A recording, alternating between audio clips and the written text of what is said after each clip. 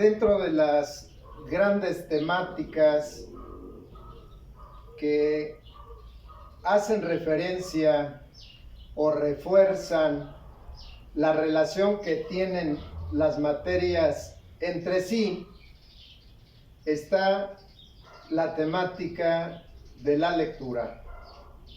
La lectura como un proceso de desciframiento de un código y donde el lector se enfrenta a situaciones muy claras, pero a veces complejas, que el texto maneja. Esta redimensión de la lectura a nivel escolar nos lleva a escuchar diferentes tipos de enfoques. Lectura crítica, lectura de comprensión, lectura de interpretación, casi bajo la visión hermenéutica, que nos lleva justamente a entender que la lectura es uno de los grandes temas que se manejan dentro del nivel medio superior para obtener resultados inmediatos.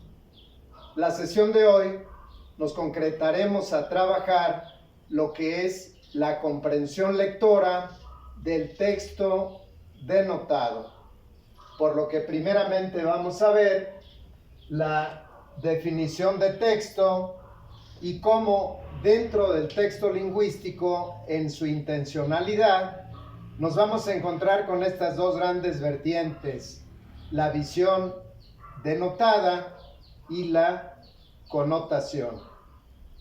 Ciertamente que la comprensión lectora la ubicaremos dentro de lo que son los textos informativos, los textos argumentativos y los textos científicos. Por lo cual, trabajaremos la metodología que se utiliza generalmente dentro del aula para poder llegar a la comprensión lectora.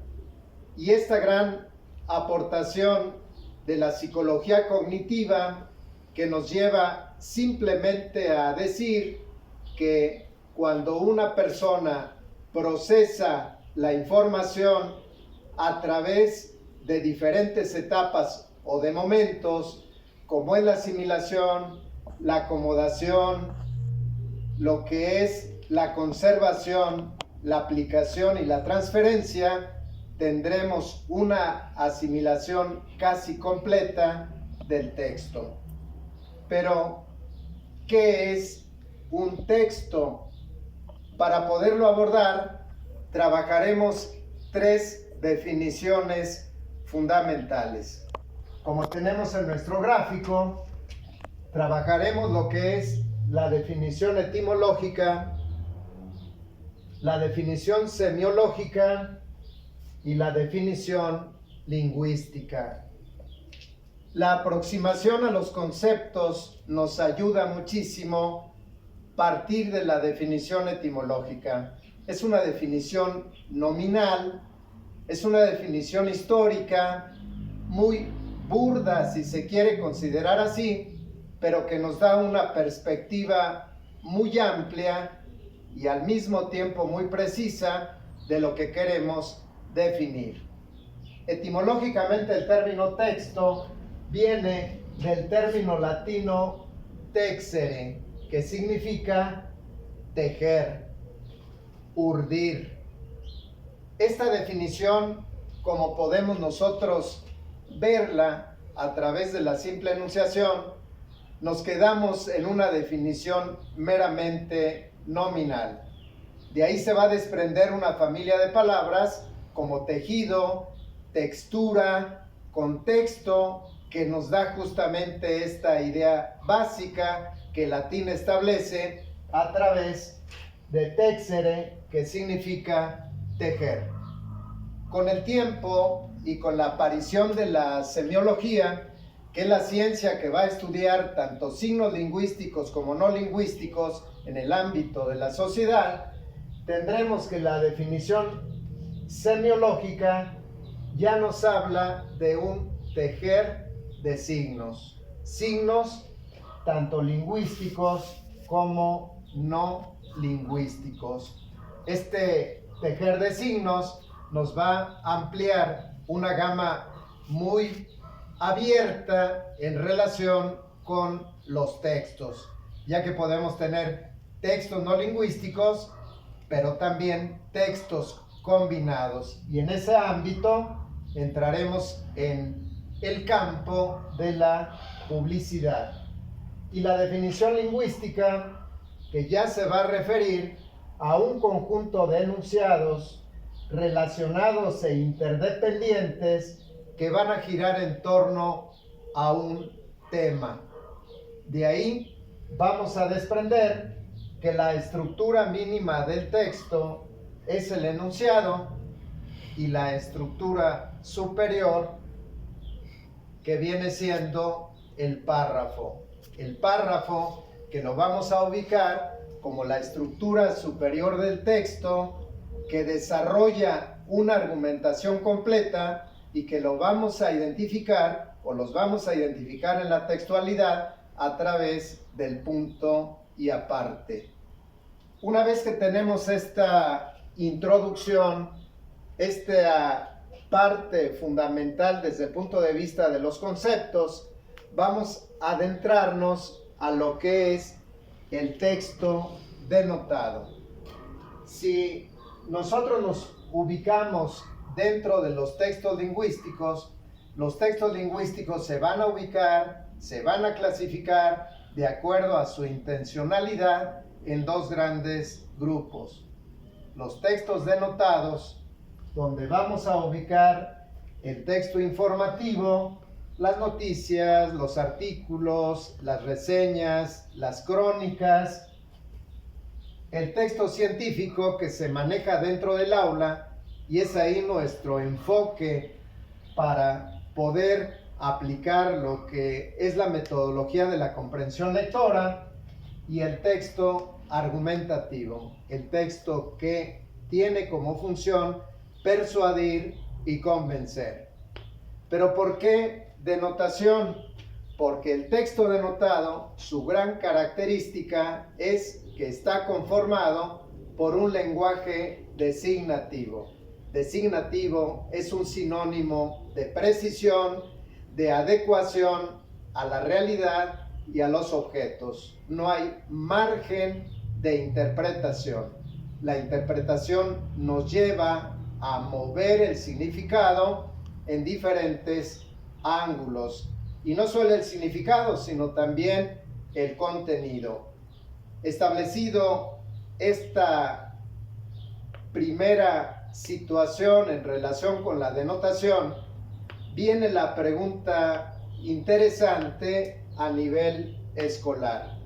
¿Cómo comprender este tipo de textos que se mueve dentro de la designación y que van a ser los textos informativos, argumentativos y los científicos? Las teorías cognitivas nos dicen que para poderlos asimilar tenemos que utilizar un camino, y ese camino se le denomina el procesamiento de la información. Este procesamiento va a tener 5 momentos: la asimilación, el segundo momento es la acomodación, el tercero, la conservación, el cuarto, la aplicación, y finalmente la transferencia. Vamos a recordar cada una de estas etapas para poder en un segundo momento aplicar los 5 momentos y ubicarnos dentro de lo que es el procesamiento de la información. Desde el punto de vista técnico, ¿cuándo sabemos nosotros que comprendimos un texto? La respuesta nos las da la teoría cognitiva. En el momento en que el lector puede hacer un resumen y puede trascender a la síntesis. La asimilación de un texto entonces va a depender de estos dos grandes momentos. El resumen, que viene siendo la primera etapa de acercamiento al texto, y en segundo momento la síntesis. ¿Qué características va a tener esta primera etapa? El resumen. Podemos decir a grandes rasgos, primero, que el resumen es una reducción del texto. Dos, para poder realizar la reducción del texto, se identifican los enunciados principales de cada párrafo. Por eso generalmente se recomienda en aula que cuando se va a realizar el resumen, se realice la primer lectura de acercamiento al contenido y en un segundo momento se comiencen a identificar los párrafos. Ya mencionamos que el párrafo es la estructura superior del texto que se identifica a través del punto y aparte, por la sencilla razón que desarrolla una argumentación completa. Una vez que identificamos entonces los párrafos, procedemos a identificar los enunciados principales. ¿Qué características tienen estos enunciados? 1. Llevan el peso del sentido, es decir, no se pueden suprimir porque entonces se pierde el contexto. 2. En consecuencia, no se pueden eliminar. En el momento en que nosotros identificamos los enunciados principales del texto, el texto llega a un nivel de reducción. Cuando ya terminamos todos los párrafos de identificar los enunciados principales, los colocamos, si queremos, en nuestro cuaderno de notas para proceder a realizar la transferencia y la transcripción. Comenzamos a escribir todos los enunciados del primer párrafo, del segundo, del tercero, del cuarto, si tiene 4 párrafos, en el orden en los que el autor los escribió, sin alterar sustancialmente las palabras. En este sentido, entonces, decimos que predomina el estilo del autor. Cuando nosotros realizamos un resumen a conciencia del texto, se puede decir que la asimilación está en su primera etapa. Una vez que tenemos nosotros el resumen, tenemos que trascender a la síntesis. ¿Qué diferencia vamos a encontrar entre el resumen y la síntesis? Que en la síntesis es la reconstrucción del texto y donde el lector propone combinaciones nuevas. Al decir proponer combinaciones nuevas, estamos bajo el estilo personal del lector.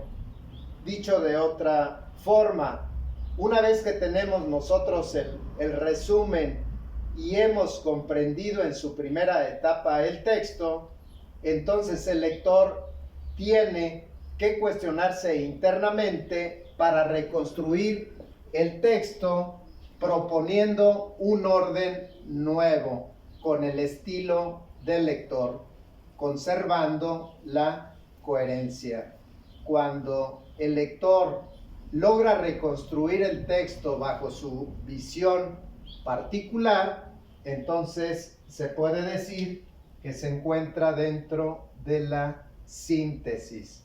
La otra gran diferencia con el resumen es que el resumen es una reducción del texto, es su criterio de validez, mientras que la síntesis, la extensión no es su criterio de validez. Puede ser un poco menos que el resumen, o bien, si la visión del lector se amplía, puede ser un poco más extenso que el resumen.